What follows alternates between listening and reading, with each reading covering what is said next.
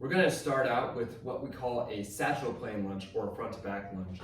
You're basically going to do a classic lunge where you lunge forward, absorb forces, and push off in one big movement. So you lunge forward, absorb, and push off. When you get to the bottom of the position, you should have your foot straight forward, knee straight over the toe like this, and then our hip straight over the knee. So everything's stacked from foot to knee to hip. We should also have equal weight bearing on the inside ball of the foot, outside ball of the foot, and the heel. And this goes with all of the lunge series here. So you can either alternate or do one at a time. After we finish up with the satchel plane lunge, we're going to do what we call the frontal plane lunge or the side to side lunge. With this one, we're just going to set up same exact thing, feet shoulder width apart, lunge out to the side, sink into that side, come on up. Again, you can alternate or do one at a time. And as you notice, we're stacking again, equal weight bearing on that tripod position, inside ball of the foot, outside ball of the foot, and the heel.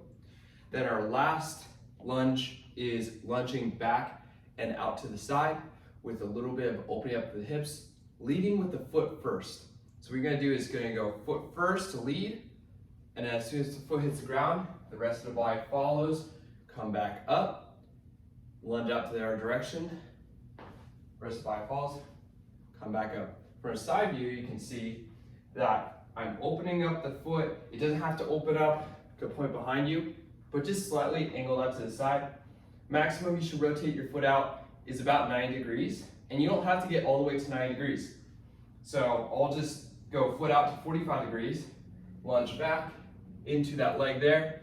If you look from this view, you can see everything's stacked, and you just sink it to that side and come back up. Note how the foot's going first, and then I'm absorbing with my chest forward into the lunge here, and then coming back up.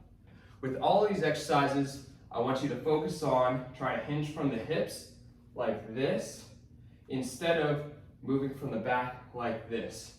So if you see, if I'm lunging forward here, I'm not lunging into the back and absorbing forces up here. I'm absorbing forces into the hip by hinging from the hip like that.